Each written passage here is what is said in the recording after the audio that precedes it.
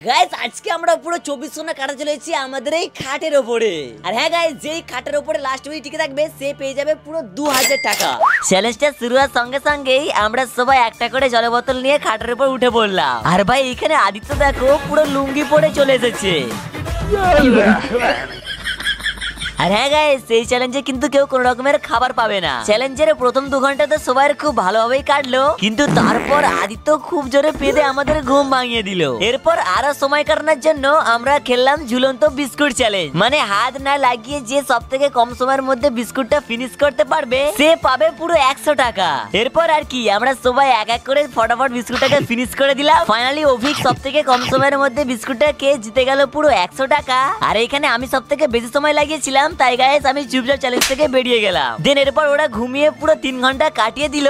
ভাই শেষের দিকে ওরা তো চ্যালেঞ্জটা ছেড়ে কেউ বেরোনোর নামই নিচ্ছিল না, তাই ওদের পেট ভর্তি করার জন্য আমি ওদের রুটি খাইয়ে দিলাম। খাবার খেয়ে মোটা ভাইয়ের পেটে চাপ পড়তেই ও হাঁকতে যাওয়ার চক করে চ্যালেঞ্জটা ছেড়ে বেরিয়ে গেল। আর এইখানে অভিক পুরো 2000 টাকাটা জিতে গেল।